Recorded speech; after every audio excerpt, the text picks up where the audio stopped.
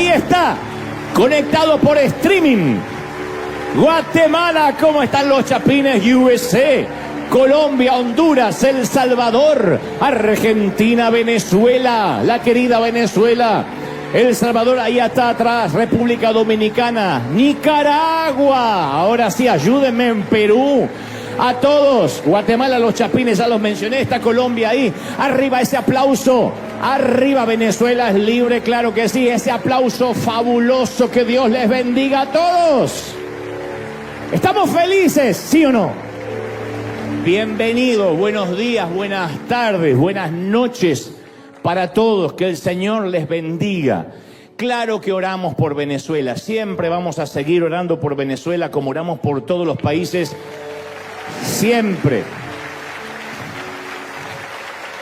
Pero la sabiduría que viene con los años, no creo que necesariamente venga por ósmosis, viene con la edad.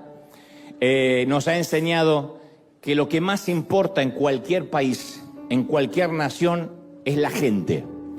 Es el ciudadano, el que tiene hambre, el que la pasa mal. Y a nosotros Dios nos abrió puertas para bendecir a todo el mundo.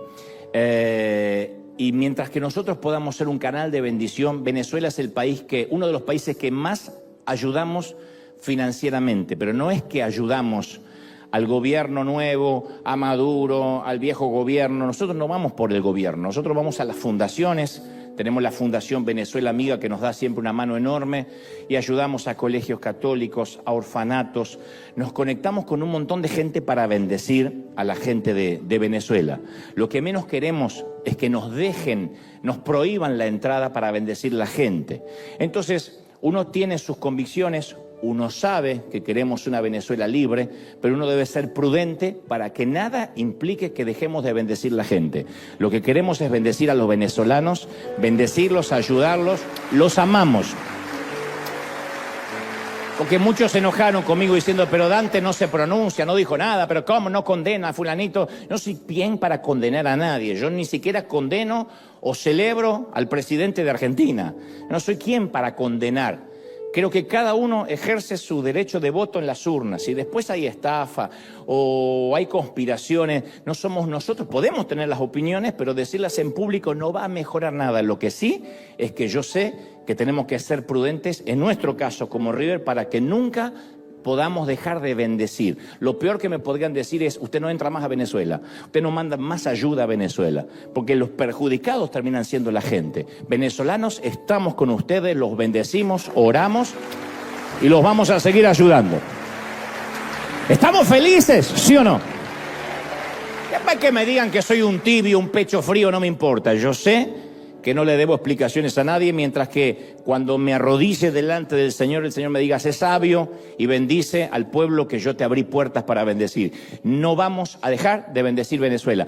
Y no vamos a dejar de bendecir Cuba. En Cuba nos prohibieron en su momento el Estado que sigamos construyendo nuestras casas, las casas que les regalamos a estos 6 ancianos o a estas 6 parejas.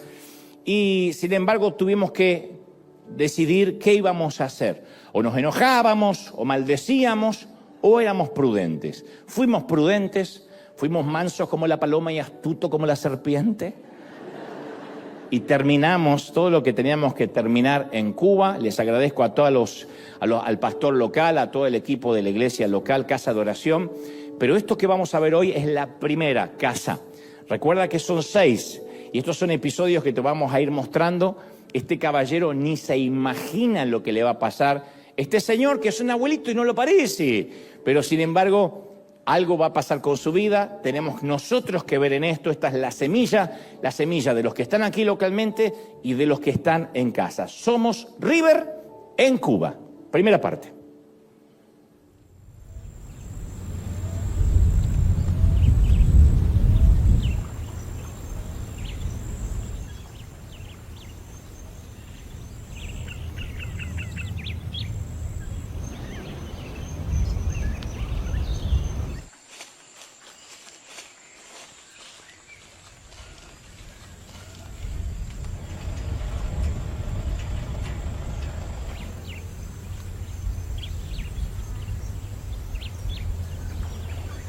Y esto que estamos viendo aquí atrás, cuénteme qué es.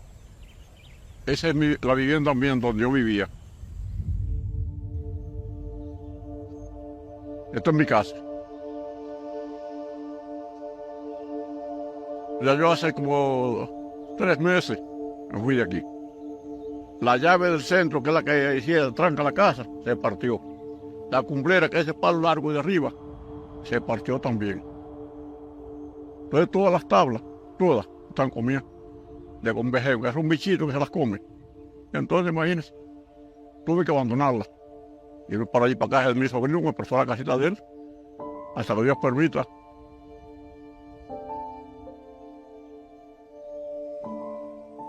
Quisiera vivir como una persona normal, con las cositas que Dios me permita que tenga, porque no tengo nada. Y así.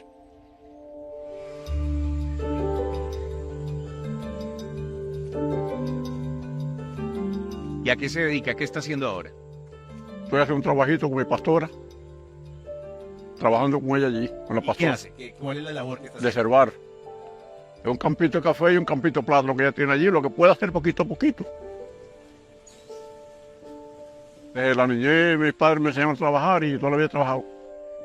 Uno se entretiene trabajando y se olvida muchas cosas que, ¿entiendes? Y está produciendo, está haciendo algo para la vida, para la sociedad. Imagínense, hay que seguir. Poco a poco, pero hay que ir para adelante.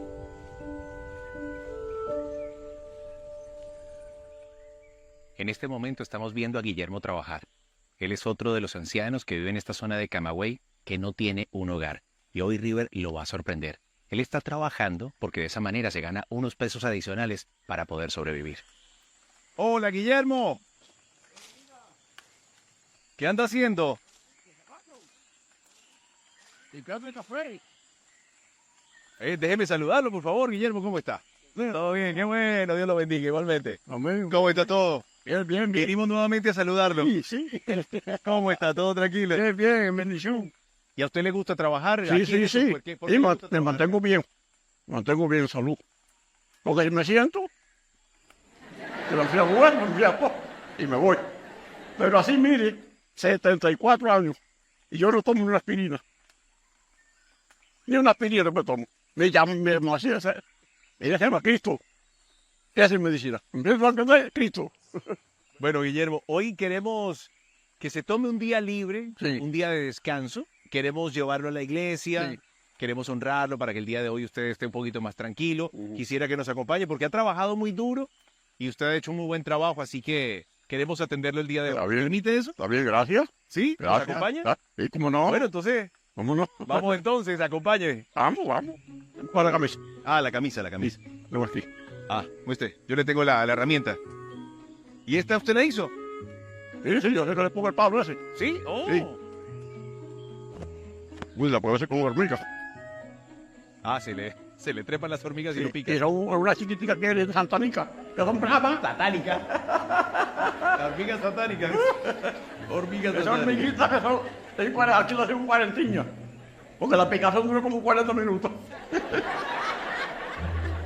Vamos, obediencia. ¿Oyó? Obediencia. Nos vamos a ir en camioneta y todo. Le traemos chofer para recibirlo. ¿Sí? ¡Oh! Siéntese aquí adelante. Siga, Guillermo. Me sabe mi pastor. Ajá. Sí, sí, sí. Mire, yo le digo al Señor, este siervo y la esposa de él, para mí, son 2 ángeles. Yo le he puesto en este lugar. Los quiero y los respeto. Y obediencia. Igual me las orejas de Portugal. Siga, Guillermo.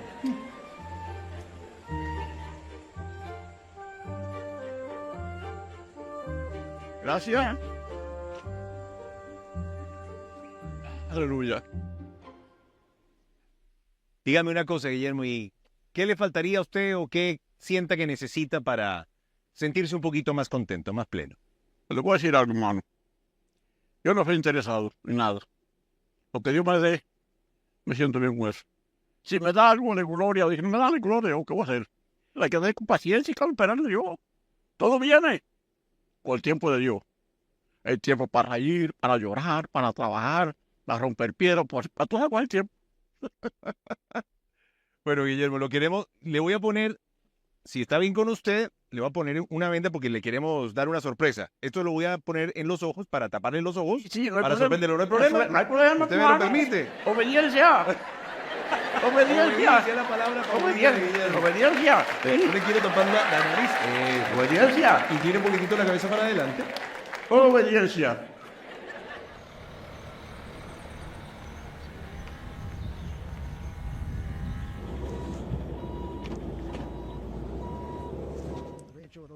Es. Uno más. Ahí está. ¿Está nervioso, Guillermo? No. Tranquilo. Tranquilo, mi mujer, que está en la mano de Dios del Señor. Obediencia. Ningún miedo, ninguna nervios, nada de eso. La paz de Dios en mi corazón. Yo voy a la mano del Señor, vaya. Para ser mejor. Voy a la mano del Señor. Y es el que me guía. Y el que me guarda. Bueno, Guillermo, paremos aquí un momentito. A mí me gustó mucho que usted siempre ha estado hablando de obediencia. Sí, Esa es una de las actitudes que Dios premia, la obediencia. sí. Y hoy queremos honrarlo de una manera muy especial. Sí. Hay una sorpresa que hemos preparado para usted. Ujú. Hay una sorpresa que Dios dispuso para usted en este día.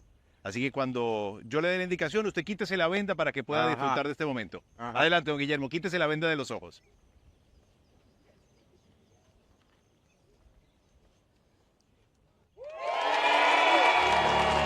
Gloria a Cristo. Gracias, Señor. Gracias, Padre.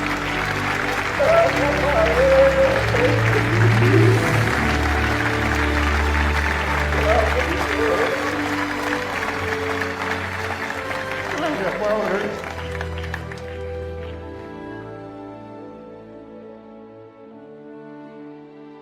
¿Cómo está, Guillermo? Bien.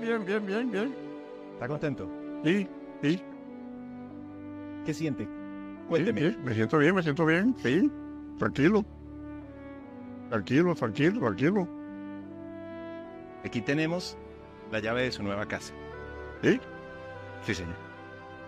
Esa casa es para usted, Guillermo. amén, gracias. Usted ha sido obediente Gracias a Dios, gracias, Señor. y Dios ha estado mirando todo lo que usted ha hecho toda esta tierra. ¿Cuál es? ¿Y cuál es? Sí, yo lo sé. La amarilla.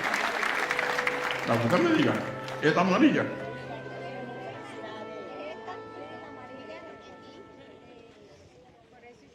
Esta. Sí, señor.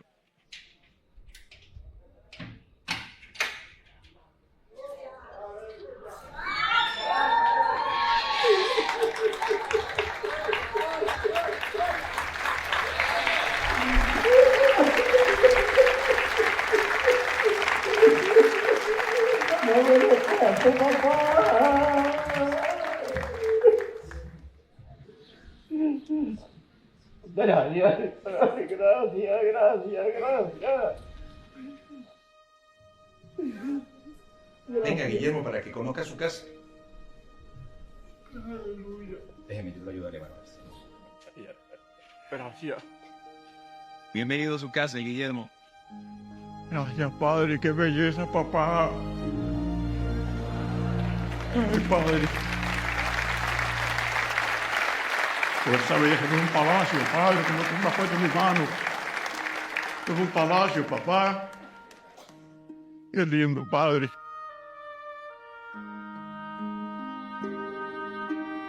Pero qué belleza cocina, mira. Qué belleza, Padre.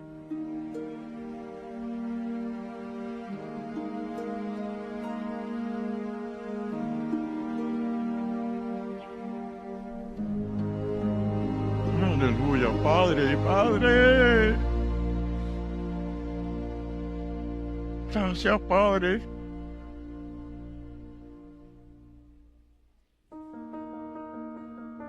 Otra belleza, mami. También. Gracias.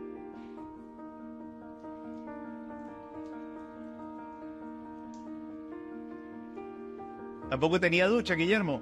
No. Con una cubeta y coger agua para nada. Un cubo, una cubeta, cargar agua para el baño y con una vasija, echarme agua y coñar.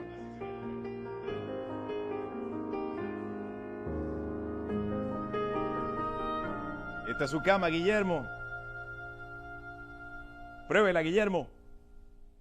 ¿Es sucio? No importa, la lavamos. Esto es un señor palacio para mí, esto fue en el cielo contigo, papá. Me siento como en el cielo contigo, mi padre. Como si tú me hubieras tomado así en los brazos y me levantarme, estuvieras allá en un palacio contigo, me siento así, papá. Qué lindo tú eres, mi rey. Bueno, Guillermo, usted sabe que usted va a estar aquí en esta casa. Hasta que Dios me lleve. No se va a tener que preocupar por su techo nunca más. Gracias, Señor. Gracias, Padre, por la bendición tan grande. Me he caído del cielo. Me he caído del cielo.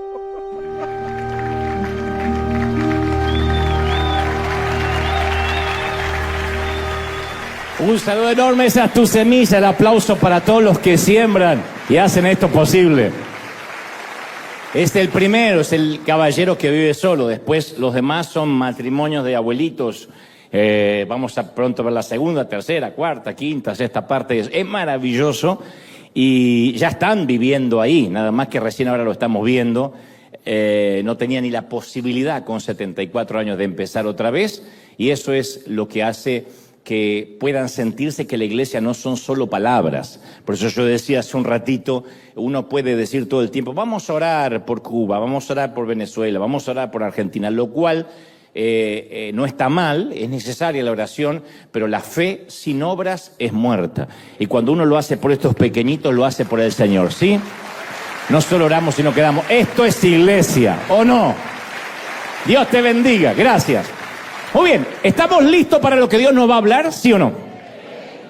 Entonces, quiero que me prestes muchísima atención, que abras los 5 sentidos, aún el sexto, pero no para decir, veo gente muerta, no. El sexto sentido es para que el Espíritu Santo hable al corazón. I feel the people. Una vez te conté que un grupo de psicólogos plantearon un ejercicio hipotético, por cierto, muy interesante.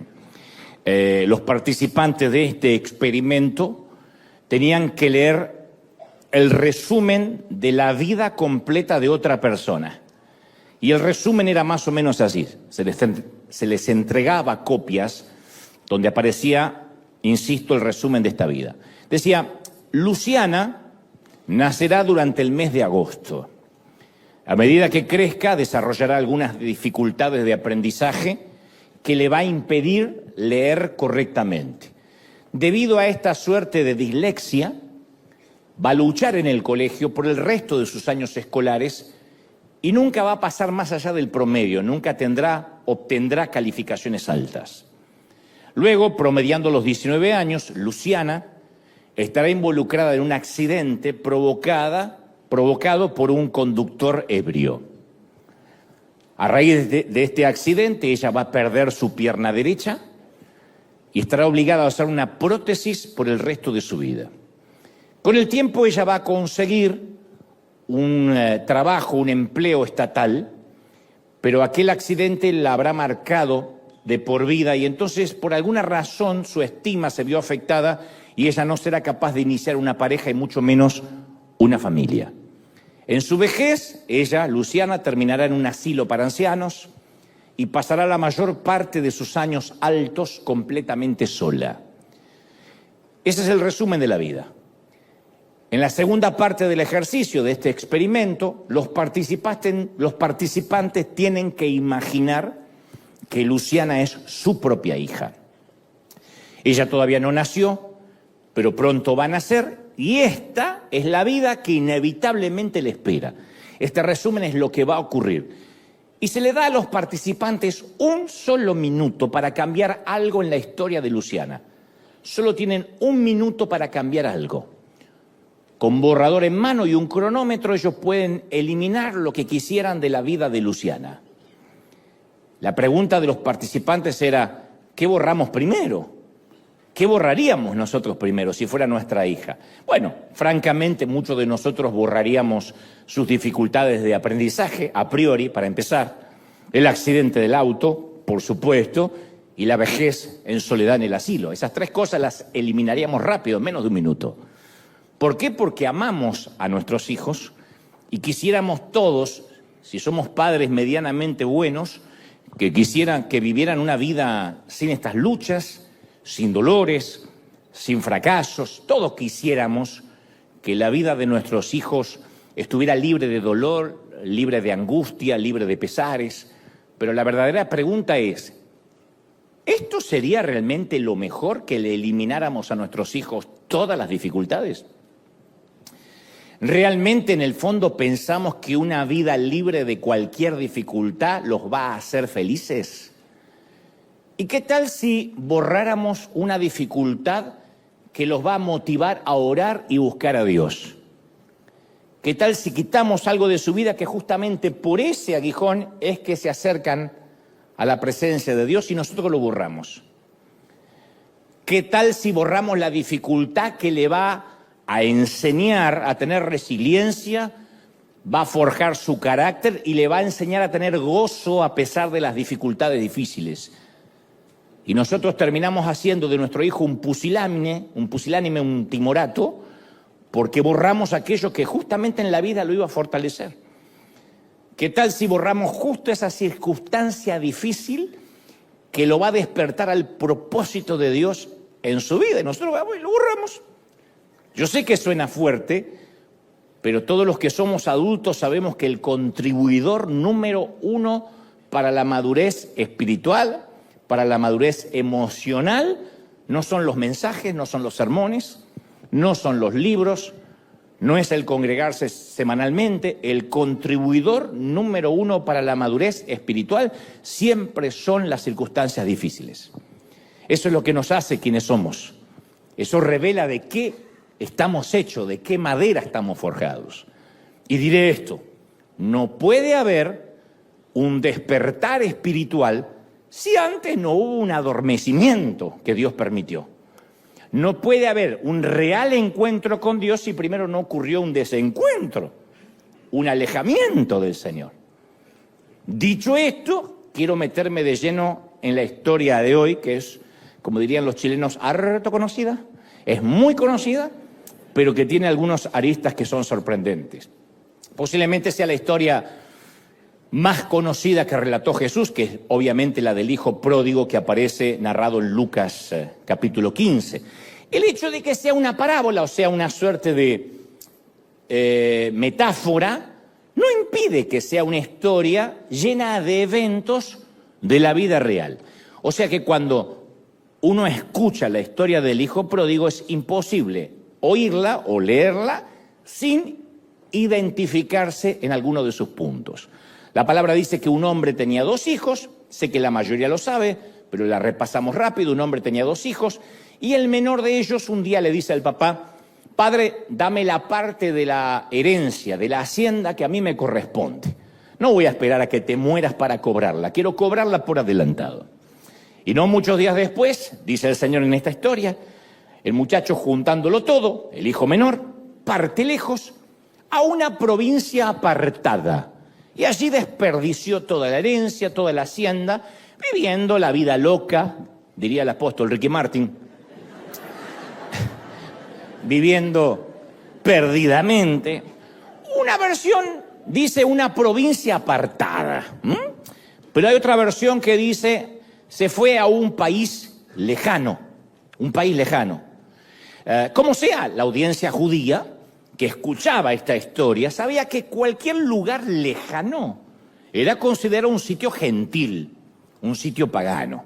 La implicación era clara, obviamente. El hijo no solo le dio la espalda al padre, o sea que no era meramente una cuestión familiar, sino que también le dio la espalda a su fe, a la creencia de toda la familia. Se fue en busca de una tierra o un país en el que no tendría que dar cuentas a nadie, donde supuestamente sería libre.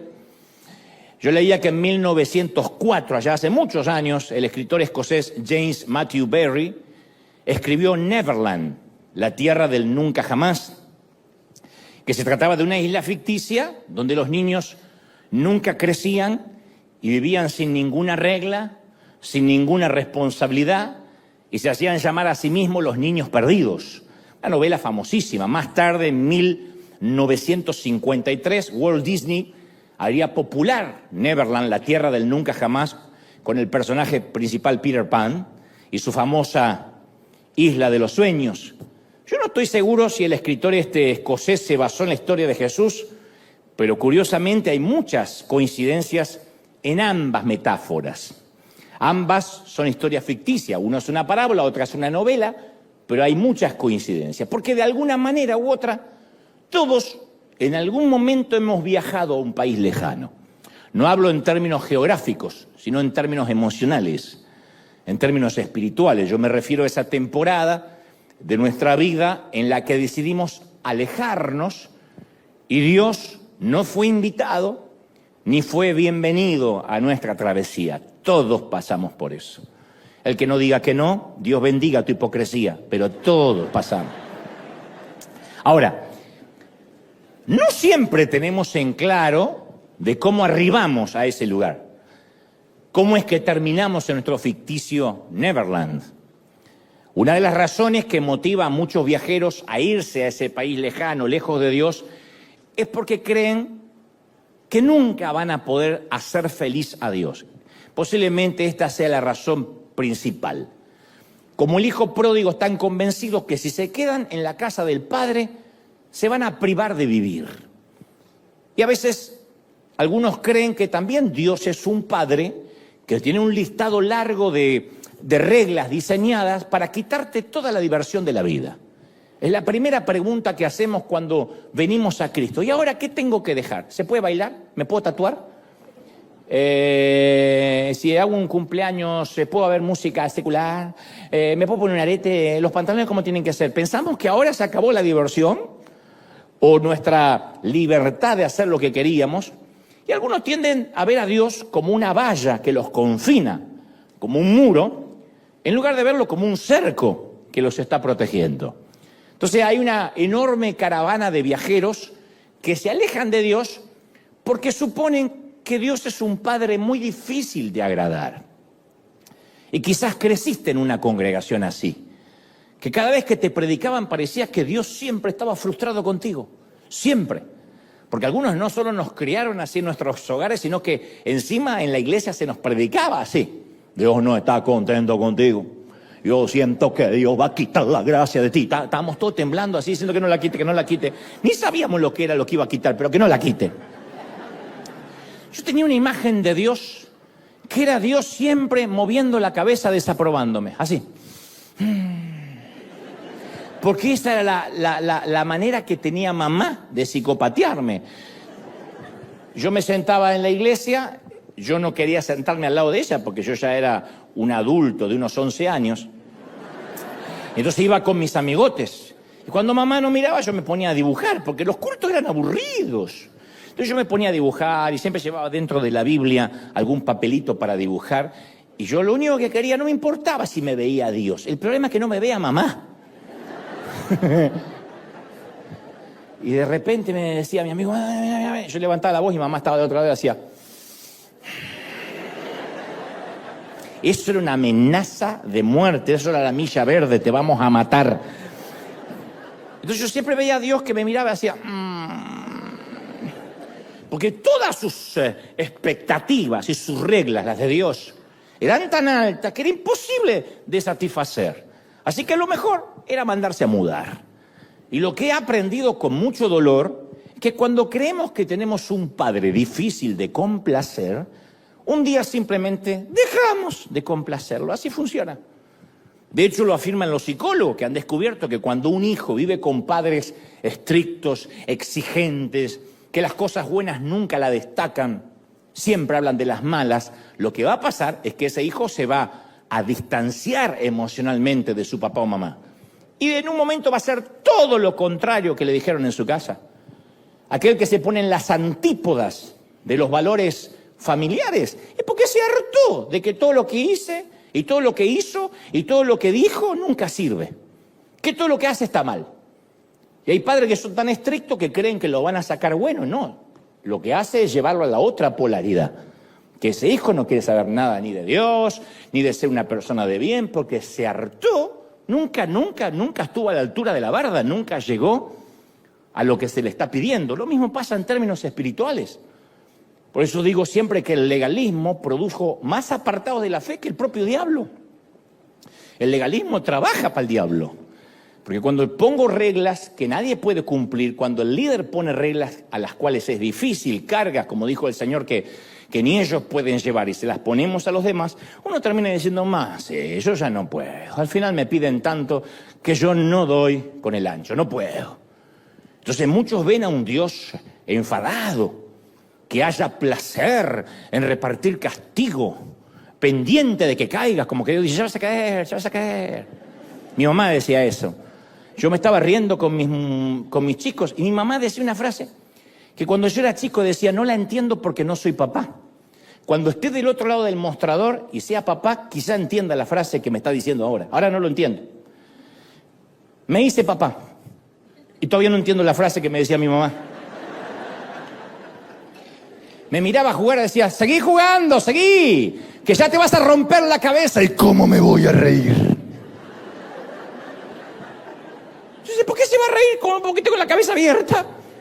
Bueno, a veces vemos que Dios está mirándonos, o sentimos que Dios nos está mirando, ya vas a pecar, así que el tipo no peca más, ya vas a pecar. ¿Y cómo me voy a reír?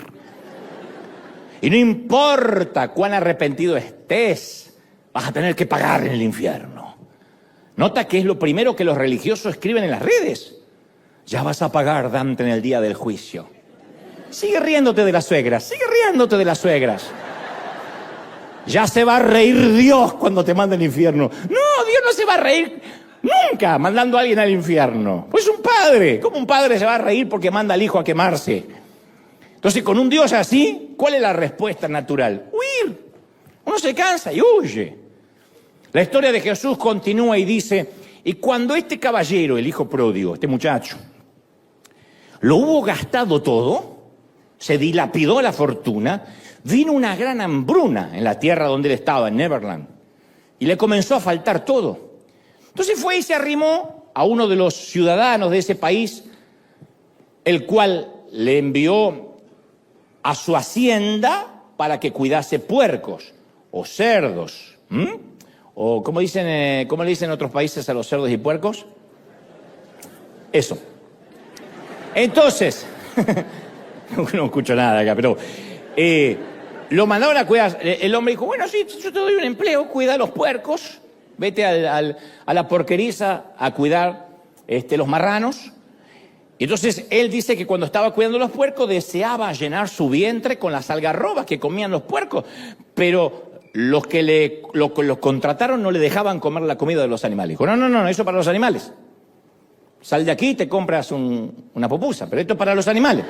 Lo que pasa es que él no tenía para comprar. No tenía dinero. Y como era de esperarse la vida se puso difícil. Neverland nunca termina siendo lo que muestra el folleto. Nunca Neverland es lo que muestra la publicidad, ni el mercadeo. Y entonces sucede lo que te dije al inicio, las dificultades tienen el curioso poder de despertarnos. Hay mucha gente que a mí me ha confesado en algún momento, yo dejé de huir de Dios cuando toqué fondo. Dejé de huir de Dios cuando ella o él me pidió el divorcio. O cuando me escuché decir soy un alcohólico. O cuando la gente se enteró de mi secreto. Dejé de huir cuando la prueba de embarazo salió positiva y no sabía quién era el padre. Dejé de huir cuando desperté en el hospital luego de una sobredosis.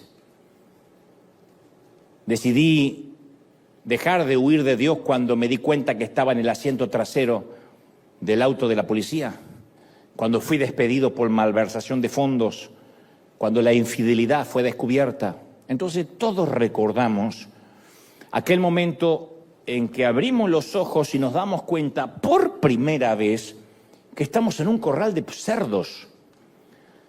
No es hasta que las cosas se ponen difíciles cuando por fin tenemos un despertar espiritual. A veces abrimos los ojos cuando todo empieza a derrumbarse. Yo digo, ¿por qué solemos ser? Y noten el plural que estoy usando, no estoy diciendo tú. Nosotros, ¿por qué solemos ser los hijos del rigor?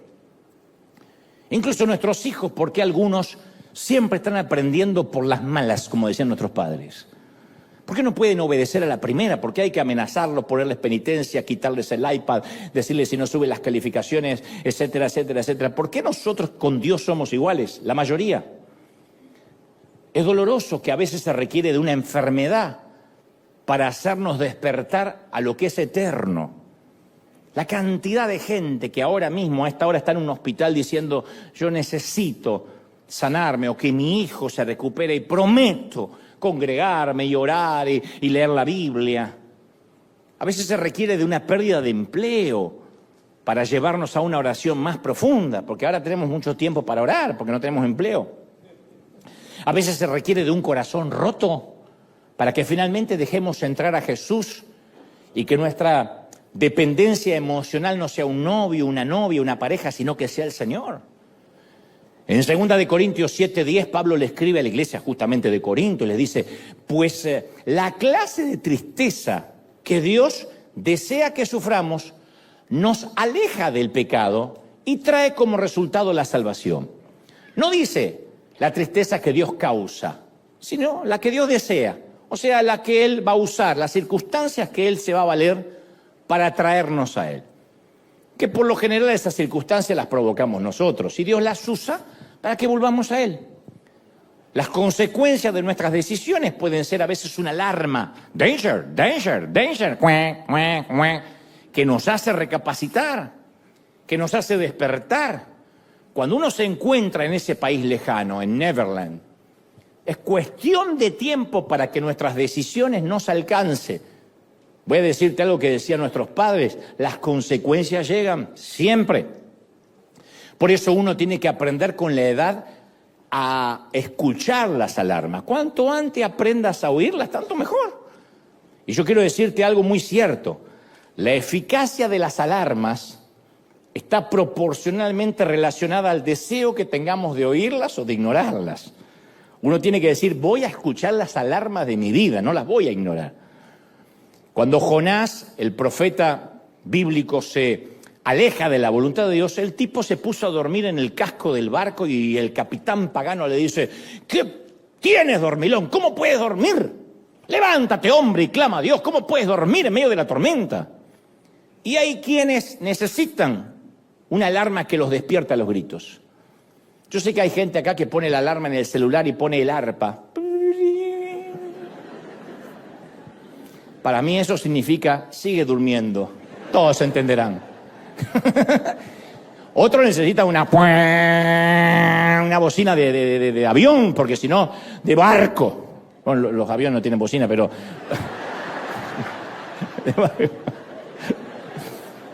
Me acordé de una frase, más inútil que bocina de avión, claro. Bueno, turbina de avión, ¿no? Y uno tiene que decir, las quiero oír, si no, no me voy a despertar. El cónyuge que tiene un matrimonio que se está cayendo a pedazos y vive en su propio mundo, mirando fútbol todo el día, es alguien que no está oyendo las alarmas. El estudiante que desarrolló el hábito de perder tiempo en las redes sociales o los videogames y puede perder el año por bajas calificaciones, no está oyendo las alarmas. La madre que le vive gritando a sus hijos porque cree que eso es educar y no recuerda la última vez que se arrodilló a los pies de la cama para orar por ellos, es una dama que no está escuchando las alarmas. El padre que se va a trabajar antes que sus hijos se levanten y regresan después que se fueron a dormir, no está oyendo las alarmas. Posiblemente termine de pagar la casa, pero va a perder el hogar en el proceso. Entonces, no te engañes pensando que es tu vida y que no le debes explicaciones a nadie, porque tu viaje a Neverland siempre va a afectar a todos los marineros que viajan en tu barco, siempre. Las decisiones que tomamos van a afectar a todos los marineros que están a bordo con nosotros. Tarde o temprano las alarmas siempre suenan en Neverland, siempre. El hijo pródigo no oyó la alarma hasta que llegó al chiquero, no oyó ninguna. No la escuchó cuando le pidió la herencia a su padre. No oyó la alarma que estaba mal. No escuchó la alarma cuando sintió que su billetera estaba más flaquita, más delgada, después de festejar, de parranda en parranda y de reventón en reventón todos los fines de semana. No escuchó la alarma cuando llegó la hambruna y no tenía ahorros.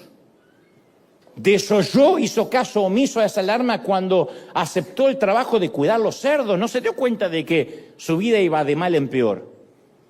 Uno lee esta parábola o esta historia y dice, ¿de verdad cómo es que el tipo no se dio cuenta que iba en declive? ¿Cómo pudo dormir durante todo eso? Lo que suele suceder es que cuando suena la alarma la apagamos y decimos, 5 minutos más. ¿O no? Hagan memoria de cuándo es que llegamos tarde a una cita. Por los 5 minutos más. Si uno tuviera la disciplina de decir salto de la cama, aunque esté muerto de sueño, pero en invierno, en pleno, un frío, bajo 18 mantas suena pi, pi, pi, pi, y sacas la manito así como E.T. y la apagas y vuelves a meterte. ¿Qué significa eso? Vas a llegar tarde, nunca son 5 minutos más. Entonces cuando uno se despierta, cuando nos despertamos nos preguntamos, ¿cómo llegamos hasta aquí? Entonces yo pregunto, ¿hay alarmas en tu vida sonando ahora mismo? Que estás apagando y apagando y apagando. Porque hay personas que piensan que para reaccionar tienen que tocar fondo. ¿Y qué tal si Dios está tratando de despertarnos ahora mismo para salvarnos de una angustia futura, para que no toquemos fondo? Pensemos como padres, ¿quién de nosotros dice, ya le va a agarrar un cáncer a mi hijo, ya va a tener un accidente casi fatal y entonces va a regresar a la casa de papi? ¿Qué padre, siendo injusto, da una mala dádiva a sus hijos? ¿Cuánto más el Padre Celestial? ¿Por qué pensamos que Dios quiere que toquemos fondo? Las gramas del cementerio y los hospitales no son los sitios a donde Dios le gusta hablar con sus hijos. Pero es donde generalmente más nos comunicamos con Dios, porque ya no tenemos otra opción. Entonces, una de las alarmas que siempre suele sonar, incluso es cuando vemos experiencias de otra gente que también se apartó de Dios. Caramba, ¿qué les pasó cuando se apartaron del camino? Yo nunca vi a alguien que dijo, me aparto de Dios y después le fue bien. Terminó siendo Elon Musk. El tipo, la tipa que necesariamente tener dinero no es que le vaya bien, pero digo, ni siquiera veo a alguien exitoso apartado de Dios. ¿Cómo le fue al compañero de trabajo que no fue honesto con su informe de ingresos? ¿Cómo le fue? ¿Cómo le fue a aquel que vivió mintiendo en la declaración de impuesto? Sí, zafó 1 año, 2, 3, pero finalmente lo cruzaron y lo eyectaron. ¿Cómo le fue a la vecina que pensó que podía coquetear con otros hombres sin que su marido se diera cuenta? ¿Cómo le fue al compañero que intentó copiarse del examen y se copió y fue pasando? ¿Cómo le fue al empresario que puso su trabajo antes que a la familia? Dios hace sonar las alarmas para que él pueda darse cuenta, el caballero, que todo el dinero que pueda acumular no le va a servir si después pierde a sus hijos. Y Dios hace sonar las alarmas para que ella, la dama, pueda ver de que no sirve de nada una casa bien decorada, una casa con la vajilla de los sueños, si en el hogar su marido y sus hijos no encuentran paz. Las alarmas siempre suenan. Nadie se levanta a la mañana y dice, ¡uy! ¡Fracasé! ¡No! Pero cuando nos damos cuenta que estamos dentro viviendo una porqueriza, ahí nos percatamos que siempre necesitamos a Dios. Piensa en esto, el hijo pródigo quería romper la dependencia de su padre, se hartó, como mucho cuando decimos basta, yo no me congrego más, basta que me digan lo que tengo que hacer. Bueno, el hijo pródigo se hartó de depender de papi. ¿A dónde recurrió para obtener los recursos? Al papi. Pa, quiero mi herencia. Porque no es que dijo, me voy, hago mi vida y forjo mi propia fortuna. Para poder independizarse tuvo que recurrir al hombre de quien ya no quería depender. Me hace acordar a nuestros hijos. Yo quiero hacer mi vida. ¿Y le estás lavando los calzones? ¿De verdad? No te metas en mi cuarto, el cuarto que tú pagas. Hasta en la rebeldía, el hijo pródigo dependía del padre. Y yo pregunto, ¿cuán desesperada Tendrá que ser nuestra situación para que nos demos cuenta que hasta en la rebeldía dependemos de Dios. Porque Dios hace así, cierra el grifo del oxígeno, como pasó en la pandemia con tantos, y dejamos de respirar a la edad que tengamos, ¡Puc! Un derrame, Dios lo permite y nos damos cuenta que en la salud dependemos de Dios, que para comer, para tomar agua, para bañarnos, en todo dependemos de Dios. Alejados o cerca, dependemos de Dios, somos dependientes de Dios, siempre. Depende el ateo, depende el cristiano y depende el ateo de Dios. Porque Él hace salir el sol sobre buenos y malos. Eventualmente el dinero se va a acabar, la hambruna va a llegar, eventualmente el jefe va a decir, lo siento, tenemos que reducir el personal. No, pero ¿por qué? Next. El banco va a enviar una carta que indica el embargo de vivienda, eso llega en algún momento de la vida. El arrendario entrega una notificación de desalojo, los resultados llegan con un diagnóstico que no quisiéramos leer, los resultados médicos, el celular suena y hubo un accidente, hay que ir al hospital. Esas cosas pasan cerca de Dios y lejos de Dios. Cuando uno está cerca de Dios, inmediatamente acude al Padre. Cuando uno está lejos, encima se le suma la soledad. Mira, yo he ido a visitar la cárcel algunas veces, no mucho, pero he ido algunas veces, me han invitado a dar alguna que otra plática, alguna charla en Buenos Aires, aquí.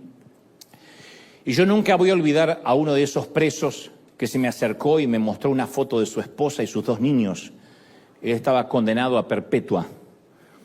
Y dijo, desearía no haber tenido que llegar a este sitio para entrar en razón. Tuve que tocar fondo para saber lo que me perdí.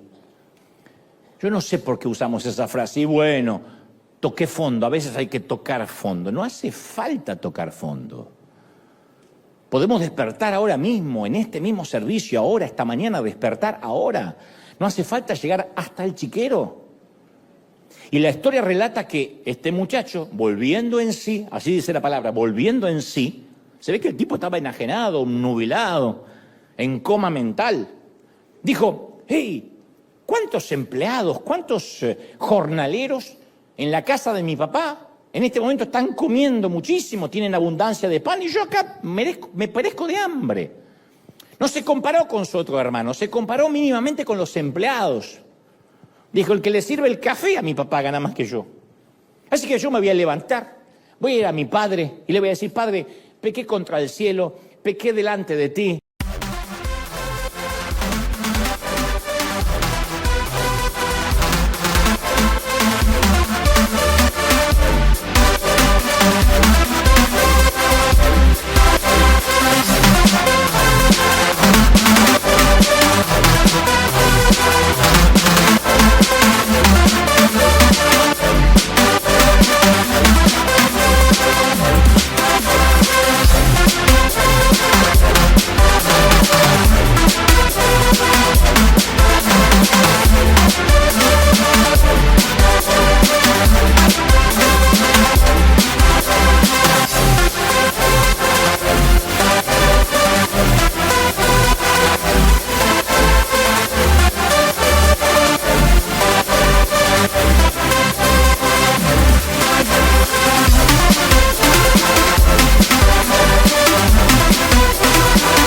No soy digno de ser llamado tu hijo. Por favor, contratame como uno de tus empleados. Quiero ser un empleado tuyo. Mándame a limpiar el gallinero, a arrear el ganado, lo que sea. No pretendo lo que perdí. Mínimamente un empleo. Cuando él llega a esta conclusión, no había nadie alrededor. Él y los puercos y los cerdos. Y esta es la conversación más difícil que todos alguna vez vamos a tener en la vida. No con el cerdo, sino a solas. Este tipo de honestidad es la más difícil. La persona más difícil con la cual ser honestos es con nosotros mismos. Somos nosotros a quien más nos mentimos. Usted dirá, no, le miento a los demás. No somos honestos con nosotros mismos. Rara vez uno es honesto consigo mismo. Porque nadie quiere decirse a sí mismo la verdad cruda. Conozco a muy pocas mujeres que se miran al espejo y se dicen a sí mismos, yo le vivo diciendo a mi esposo que cambie, pero la verdad que yo soy una negativa, vivo criticándolo por todo, lo vivo deshonrando, sí, así soy. No. Yo.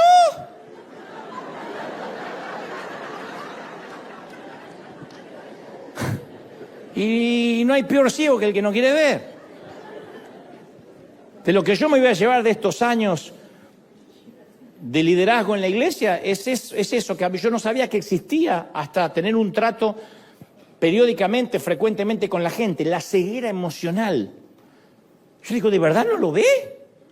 Yo he hablado con gente malhumorada, que grita, que maltrata, y dice, si yo soy un amor.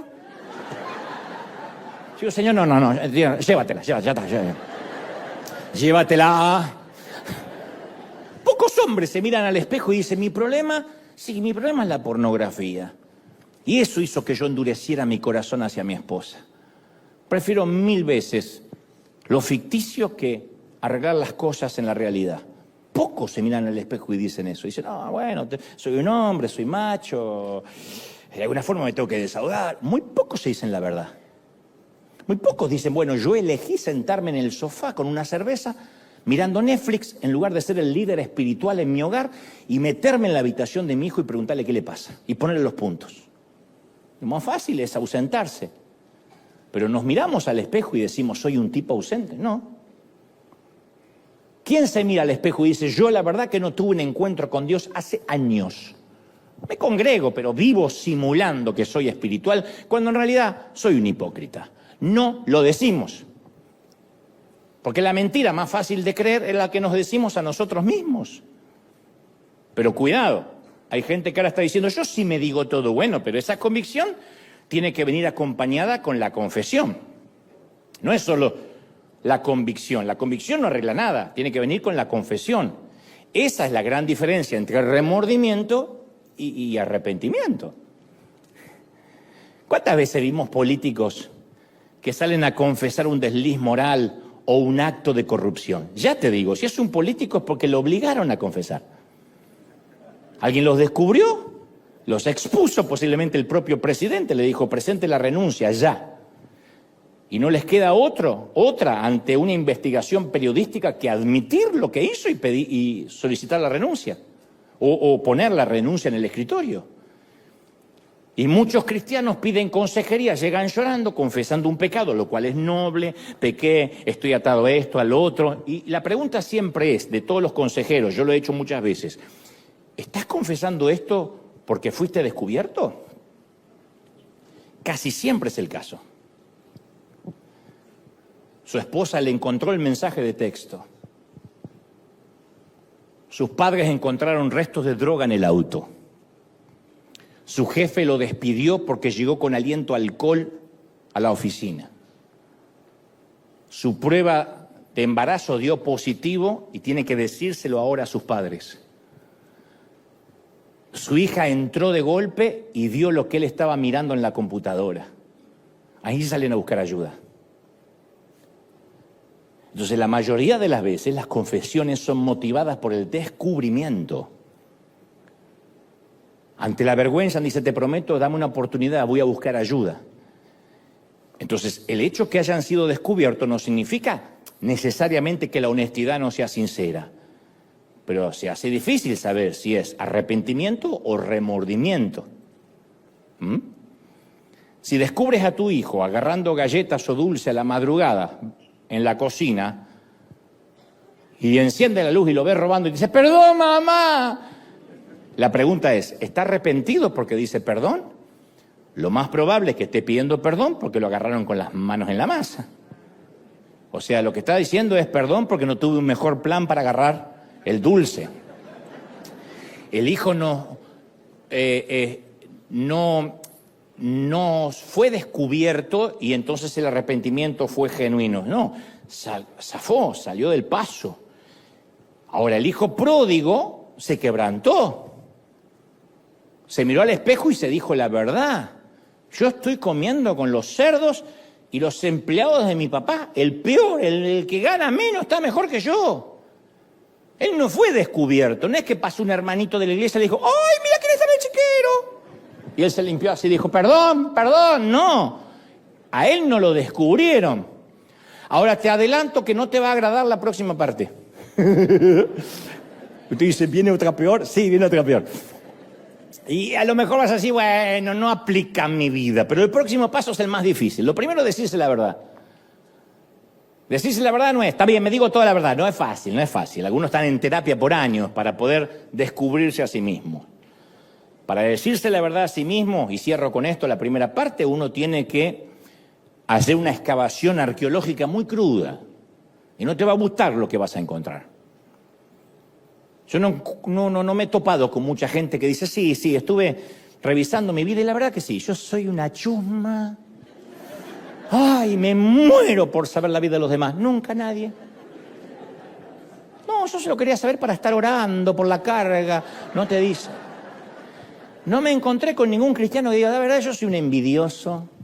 Me agarra una envidia que me carcome acá como una bilis. Yo soy envidioso. No te lo dice nadie. No tengo envidia, tengo celo por la obra de Dios.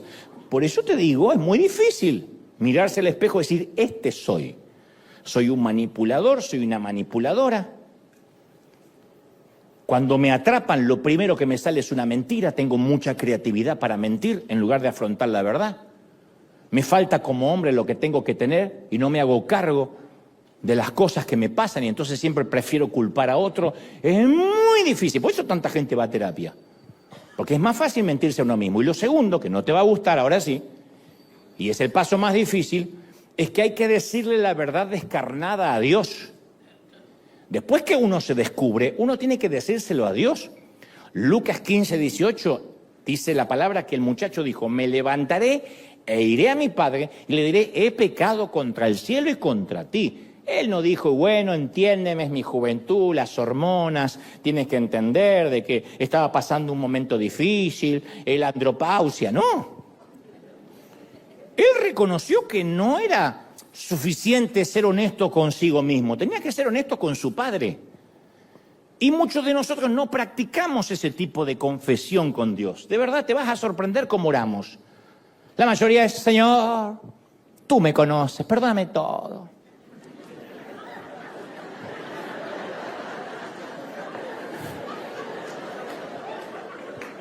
¿De verdad? ¿Cómo perdóname todo? ¿Cómo que no es un cómplice? Porque uno piensa que si uno confiesa explícitamente es como autosabotaje. Y nadie hace autosabotaje. Imagina que excedes el límite de velocidad, más de 100 millas por hora, vas a más de 100 millas por hora en una zona limitada a 75 millas por hora, qué sé yo. Y de pronto te das cuenta que vas rápido, te das cuenta, reduces la velocidad, porque dice, hey, no me está viendo nadie, pero tengo que ser honesto conmigo mismo. Yo no puedo andar excediendo el límite de velocidad porque no está bien. Reduce la velocidad. Eso está muy bueno. Pero imagina que el día siguiente ves un policía y dice, hey, oficial, quería informarle que ayer yo excedí el límite de velocidad. ¿Y? No, quería decírselo para quedarme tranquilo. Si quiere hacerme una multa, un ticket, hágalo, oficial, yo tengo que aprender. ¿Quién hace eso? ¿Quién? Nadie confiesa voluntariamente que hizo trampa. Nadie. Por eso me da gracia cuando dice, les cobraron un penal que no iba y bueno. Cuando el penal es a favor, ¿quién va a reclamar? Es fútbol. A veces te queda fuera porque el penal se lo dan al otro y a veces te lo dan a ti porque no lo vio y porque no lo vieron en el bar y porque estaban todos comprados, qué sé yo. Pero ya está. ¿Quién confiesa? Confesamos cuando tenemos evidencia que nos acusa. Entonces nuestro instinto como cristianos es esconder las cosas.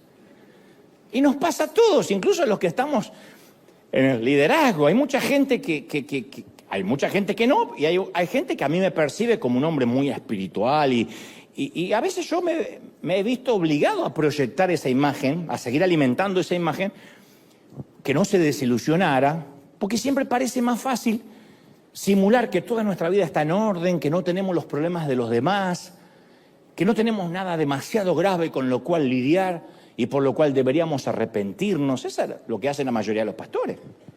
Muy difícil que un pastor diga, oren por mí porque me estoy alejando de Dios. Saben, oren por mí porque mi familia es un caos. Muy difícil. La mayoría le conviene mantener esa imagen epifánica, impoluta, para que lo respeten, para que digan, él está en otro nivel. Y uno alimenta eso porque cree que si uno expone su vulnerabilidad, va a perder autoridad, va a socavar la autoridad. Y es todo lo contrario.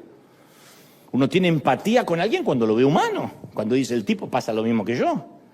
Cuando uno lo ve al otro que vive en un universo paralelo, dice, claro, yo tengo que vivir un infierno y el tipo no tiene ningún problema.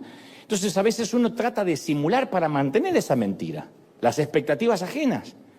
Pero cuando tenemos que reconocer que estamos yendo en una dirección incorrecta, no lo reconocemos porque nos sentimos niños tontos, especialmente los hombres. Hagan memoria, cuando vamos conduciendo el auto, ¿quién de nosotros reconoce que está perdido si va con alguien más? Yo de cabezón seguí media hora más perdido, a propósito, para que no era por acá. Sí, es un nuevo lugar.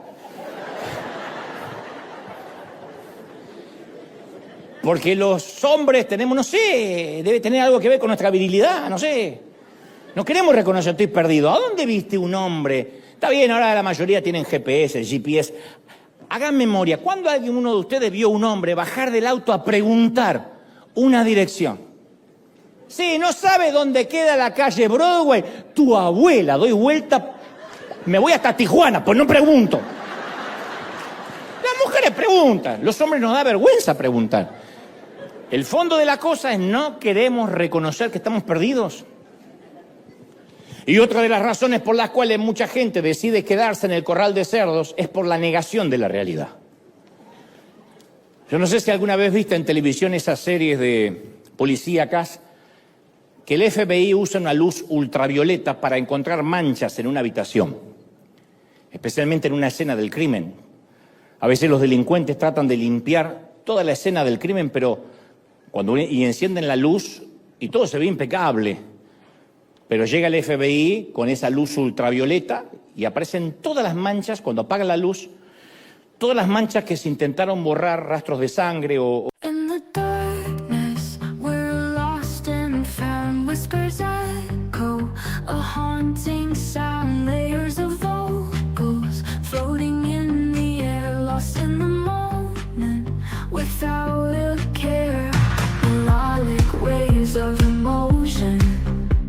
Experimental, simply devotion. Classic crossover styles untold in this indie rock world. We won't grow old. A captivating blend of alt rock. In this journey we'll never stop. Female vocals, a soft embrace, guiding us through time and space. Melodic waves of emotion, experimental, simply devotion. Classic crossover styles untold in this indie rock world. We won't grow old. A captivating blend of old rock. In this journey we'll never stop. Female vocals, a soft embrace, guiding us through time and space. Melodic waves of emotion, experimental, simply devotion. Classic crossover styles untold in this indie rock world. We won't grow old. Lost in the rhythm, lost in the beat. These haunting melodies, so bittersweet. Layers of vocals, a symphony of dreams. In this chill vibe we find tranquility, it seems. Melodic waves of emotion, experimental, simply devotion.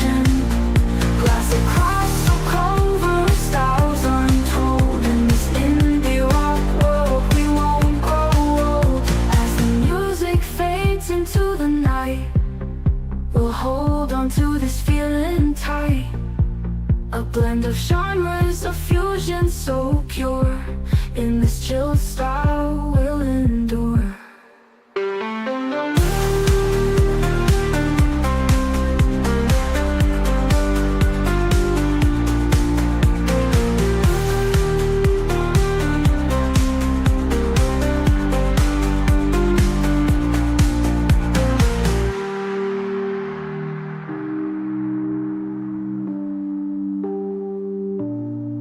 As the music fades into the night, we'll hold on to this feeling tight.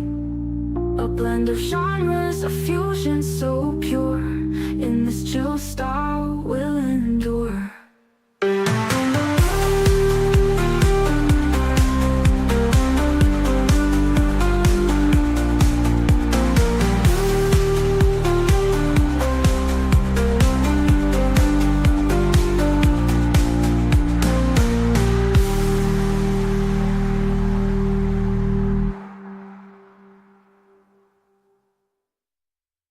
O flujos corporales. La negación consiste en apagar esa luz ultravioleta, prender la otra luz e intentar que las manchas no están, pretender que las manchas no están. ¿Cuál es la reacción más común de la gente cuando le llega el resumen de la tarjeta de crédito y no tienen para pagar? No abren el sobre.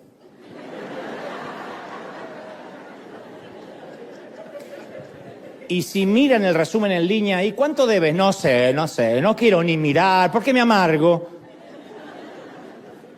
Pero cada día que pasa negándolo, aumenta el balance. No es que el banco dice, está bien, reponete, mijo, cuando estés bien, te vuelvo a mostrar. Va aumentando.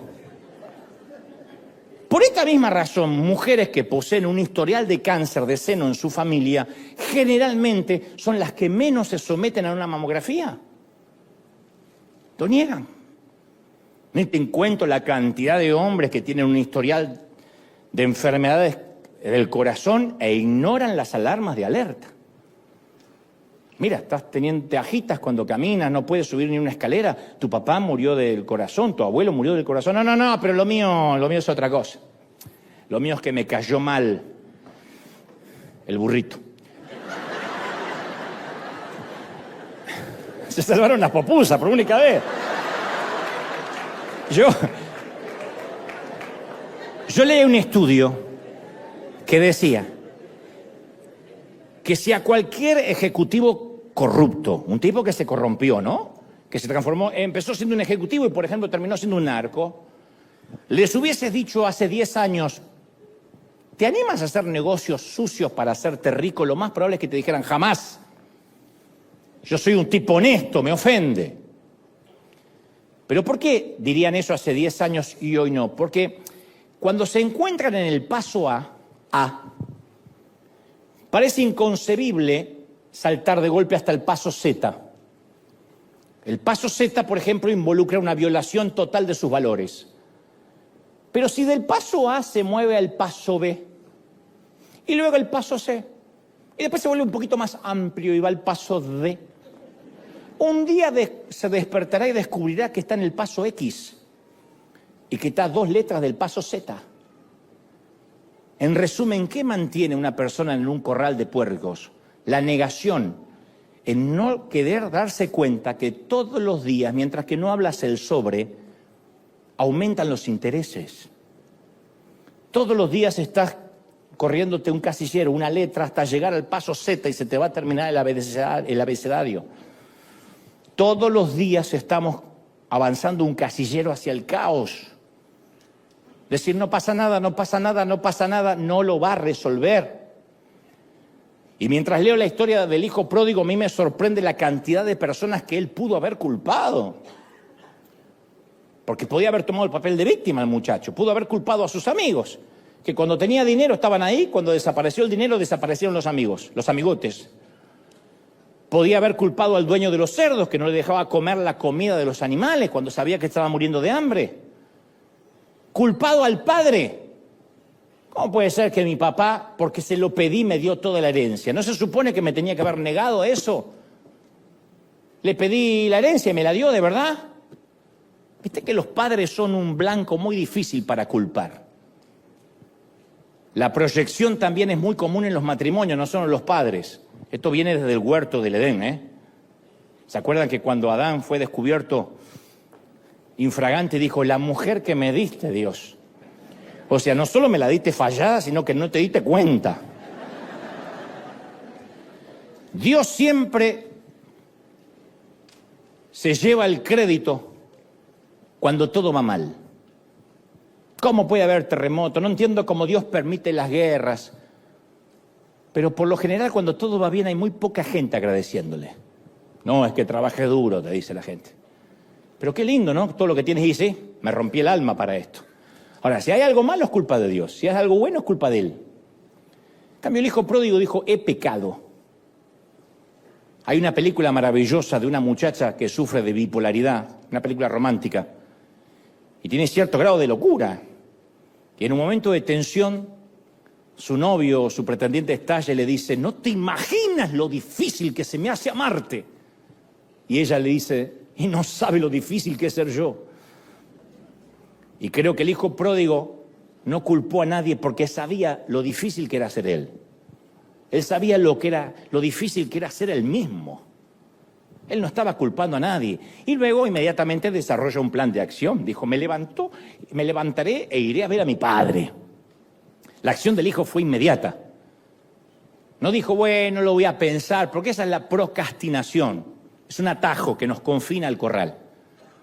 Si no haces ahora mismo algo mientras suena la alarma, te volverás a dormir. Si la apagas, tic, te volverás a dormir, no importa cuán arrepentido estés. ¿Nunca notaste los comerciales de ejercicios que aparecen en la tele donde siempre hay una modelo sobre la cinta sin una pizca de sudor y camina así, generalmente con un trasero, con un cuerpo y camina así y dice, hola, cuando tú compres esta cinta bajarás?